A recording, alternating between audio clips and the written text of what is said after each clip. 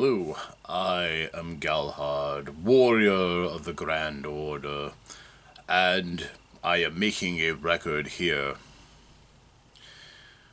We are falling back for the time being from our exploration of the Phandelver mines.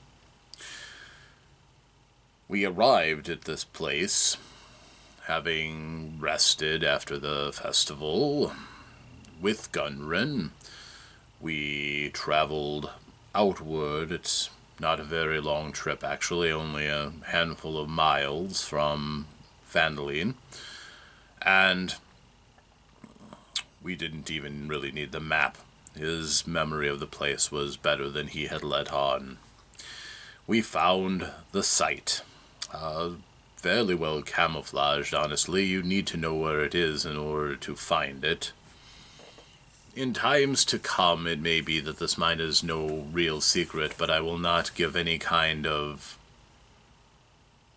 hints in case this message falls into the wrong kind of hands. The entrance, as I said, was camouflaged, but looking around, we noticed that there were signs that others had been here before us, and not just Gundren and his brothers. We were able to tell from some of the prints that they were made by barefooted humanoids with long claws. My mind immediately went out to bugbears, as we had fought some.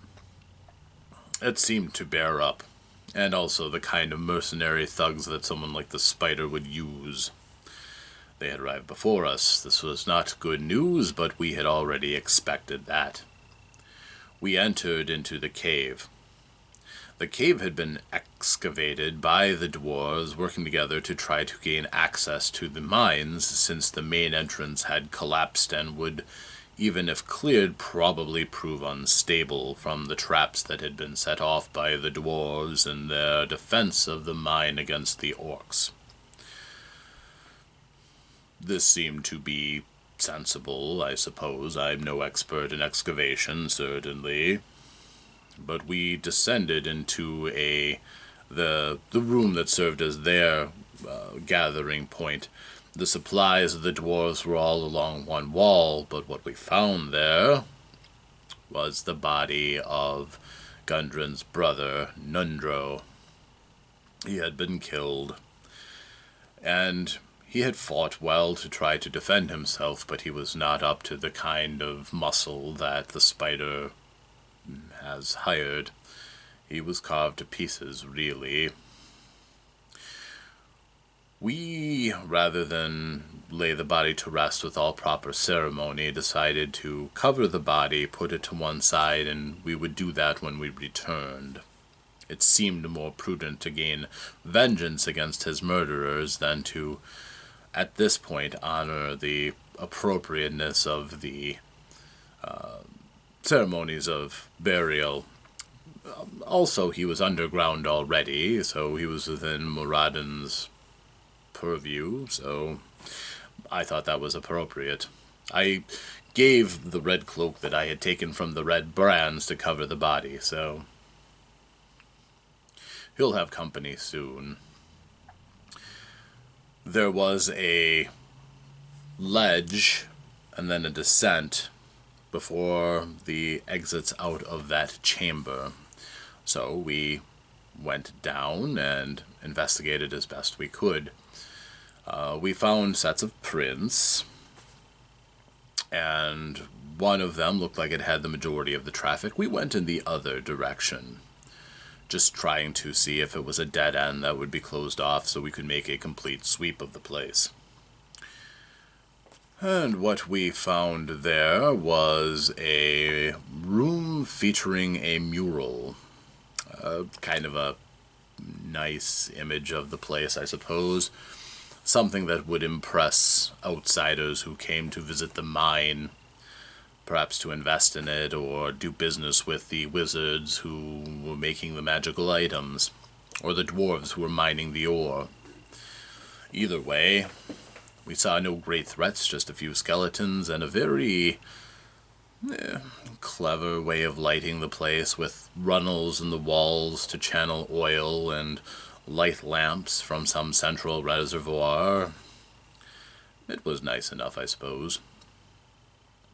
The lack of smoke in the room was certainly pleasant, and glad it wasn't laid out by torches. Leaving the room, we found that we were in the section of the mines that would have been used for housing of visitors to the mine, the collapsed area that would have led to the entrance. Lots of evidence of the final battle between dwarves and orcs. Lots of skeletons, broken weapons and armor, and so on and so forth. Things of historical significance, perhaps, but not of great interest to our group. We progressed onward. We found a side tunnel that looked like it went to one of the farms that they used to feed the workers. It was a cavern full of mushrooms. These were strange mushrooms. None amongst our group could identify several of the species that were in there, although some were edible. As it turns out, there was a network of mushrooms underneath the more visible ones that sent out waves of spores at us as we tried to go in. Fortunately, we are a healthy sort, and the spores had no lasting effect, but were unpleasant to breathe. While we were in the room dealing with the spores and I was investigating around, every few steps bring up more waves of spores. A pack of ghouls attacked our group from behind. They did not surprise us, but ghouls are somewhat nasty.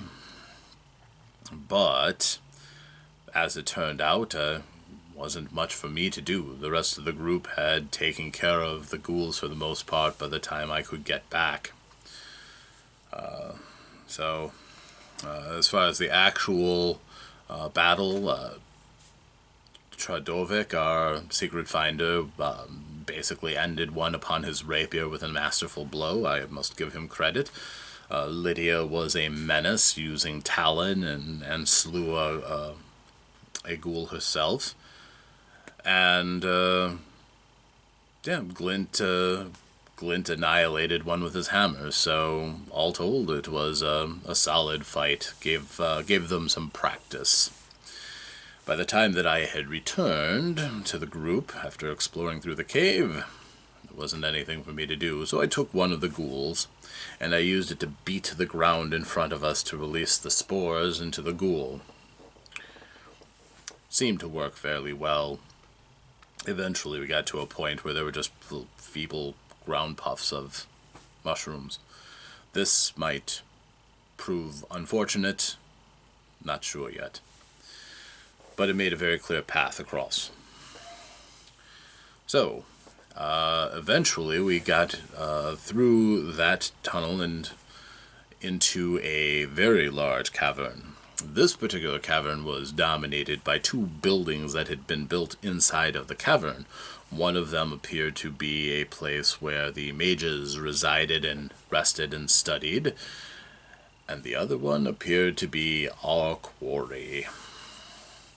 It was a large reinforced structure, very well built, of course, but the door had insets, a big relief diorama with places for us to put the statuettes of the animals that we had recovered for the seal. First, we investigated the barracks for the mages. There was in the central room a large metal chest, and we got a surprise. One of the original inhabitants was still there, although now a wraith. I've never fought a wraith before. They are most unpleasant. We talked with this wraith a moment. It attempted to get us to bypass the Guardian so it could complete some great work, possibly trying to regain its life. However, wiser heads determined that it was merely looking for an opportunity with us, and combat broke out. I found it to be rather unpleasant. I don't like fighting things that don't have bodies. Even though I used Hue, thinking that if Hue had enchantment to it, it might be more dangerous to this thing. It was like striking at a fog bank. Others among our group had similar disadvantages. We really could have done for Art, and his arcane powers, I think, would have been more effective against the creature. It attacked me. I did not enjoy it. It left no mark upon me, but it did some damage. But eventually, we had whittled it down, even though we did not have weapons that were ideal for us to fight with. I believe Kyrian said that they would be best killed with silver weapons. Silver seems an odd thing to... or Kyrian. Silver seems to be a strange thing to make a weapon out of, as it is too soft, but I may have to look into that in case I fight another one of these things. Regardless, we drove it to the point where it tried to flee. Its method of fleeing was to fly up into the cavern, and without a body, it would be able to go through the ceiling. I am happy to say that my last thrown javelin pierced it and caused it to discorporate. Believe that's what Kythian said, that it will not trouble us again. So, I won. Yay. Good for me. Still, we opened up the chest, and there were a lot of books and sort of bric-a-brac. I didn't pay much attention. Our archaeologist, Tredovek, was in on it, but interestingly enough, it was Glint who seemed most interested. This obsession of his with his hammers and his forging is, well, it was at its peak here. One of the books apparently was a log of all the magical items and the recipes for how they were made using the Crucible of Spells, so he claimed that. Nobody was going to argue, although, since I bested the Wraith, I would normally have taken its weapon. Unfortunately, it didn't have one except for its own nature. I thought using one of its books to defeat my next enemy would make sense. That was out of the question, as Glint's obsession is there. So instead, Kythian said, well, why not just take the chest? So I did. I took the iron chest. Seemed to be a thing to do. Glint wanted to go directly in and investigate the Crucible of Spells, but I thought that it would be unwise with the spider about and more of the dungeon left to explore, and since we had the only key, we could travel and make sure that the Crucible would be safe until we were ready to return for it. It seemed to be the prudent idea. The rest of the group agreed, and we continued on. We found, passing through another chamber, we found the Wave Echo Cave itself.